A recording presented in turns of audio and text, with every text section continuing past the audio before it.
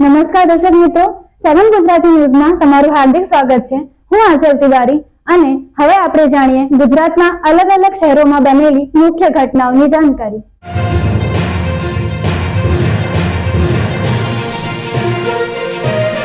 ભારત સંકલ્પ યાત્રા રથનું ડભોઈ તાલુકાના છેવાડાનું બાડજ ગામે ધારાસભ્ય શૈલેષ મહેતાએ સ્વાગત કર્યું હતું। દેશના યશસ્વી વડાપ્રધાન શ્રી નરેન્દ્ર મોદીજીના સંકલ્પથી ભારત સરકાર દ્વારા છેવાડાના માનવી સુધી પ્રજાલક્ષી કલ્યાણકારી યોજનાઓ પહોંચાડવા અને જાગૃતિ લાવવાના લક્ષ્ય સાથે વિકસિત ભારત સંકલ્પ યાત્રાની શરૂઆત કરી છે, જે અંતર્ગત આજે ડભોઈ તાલુકાના બાડજ ગામે ધારાસભ્ય શૈલેષ મહેતા તેમજ ડોક્ટર યોગેશભાઈ પંડ્યા મધ્ય ગુજરાત વિકસિત ભારત સંકલ્પ યાત્રાના ઇન્ચાર્જ ઉપસ્થિત રહ્યા હતા। ભારત સરકાર અને ગુજરાત સરકારની વિવિધ યોજનાઓ છેવાડાના માનવી સુધી પહોંચી લોકોના જીવનમાં સુખાકારી અને વિકાસ વૃદ્ધિ લાવે એવા દેશના માનનીય વડાપ્રધાન શ્રી નરેન્દ્રભાઈ મોદીના વિકાસ સંકલ્પથી લોકોને માહિતગાર કરી યોજનાઓના લાભોમાં માર્ગદર્શન સમગ્ર ડભોઈ મત વિસ્તારમાં આપવામાં આવી રહ્યા છે અને વિકસિત ભારત સંકલ્પ યાત્રા સમગ્ર ડભોઈ મત વિસ્તાર રથ ફર્યો હતો કે જેમાં થકી તમામ ગામમાં જઈ જરૂરિયાતમંદ લોકોની વિવિધ યોજનાઓનો લાભ મેળવી રહ્યા છે। આ કાર્યક્રમમાં શાળાના વિદ્યાર્થીઓ દ્વારા સુંદર સ્વાગત ગીત તેમજ કૃષિ વિશે નાટકરૂપી ખેડૂતોને જાગૃત કર્યા હતા, તેમજ ગામની મહિલાઓ તેમજ શાળાના બાળકોને પણ સન્માન કર્યું હતું, તેમજ લાભાર્થીઓને વિકસિત ભારત સંકલ્પ યાત્રામાં યોજનાનો લાભ ધારાસભ્ય હસ્તે આપ્યો હતો।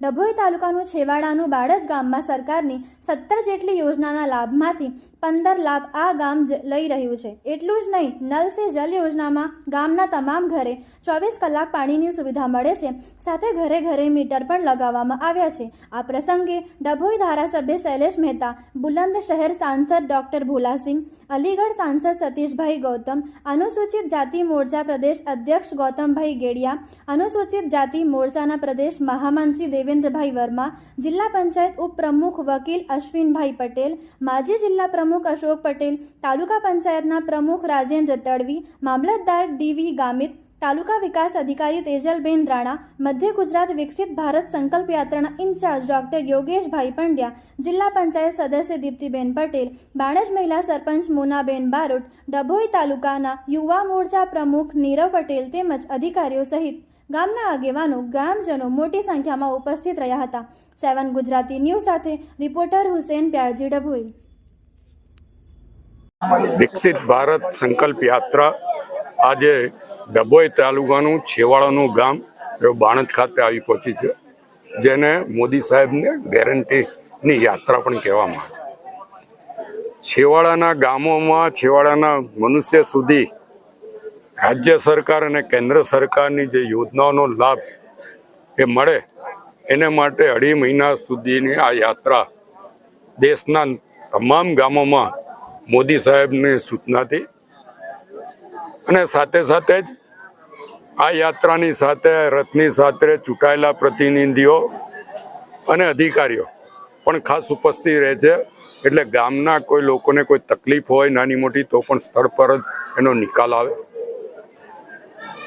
અને આનંદ એ વાતનો છે કે આ બાણજ ગામ વડોદરા જિલ્લામાં નલ સે જલ તો 100% છે જ, પણ મીટર સાથે પાણી આપવા માટેનું ગામ જિલ્લાનું પ્રથમ ગામ છે, એટલે આ ગામમાં અનેક યોજનાઓ 100% લાભ મળી રહ્યો છે।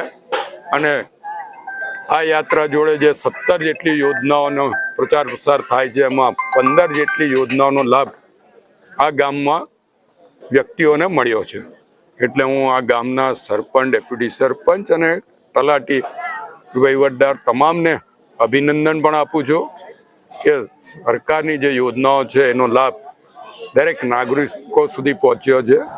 અહીંયાના તમામ ખેડૂતોને 2,000ના 15 હપ્તા પણ મળ્યા છે, એટલે કે એક જણને 30,000 રૂપિયા પણ મળ્યા છે। 15 લાખ કરતાં પણ વધુ રકમ આ ગામના ખેડૂતોને મળી છે।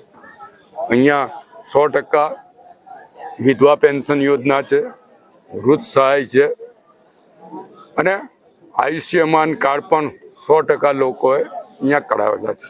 એટલે આ ગામ ખરેખર ખૂબ જ જાગૃત છે અને જાગૃત ગામ હોવાથી એમને આ તમામ યોજનાઓનો લાભ મળ્યા છે।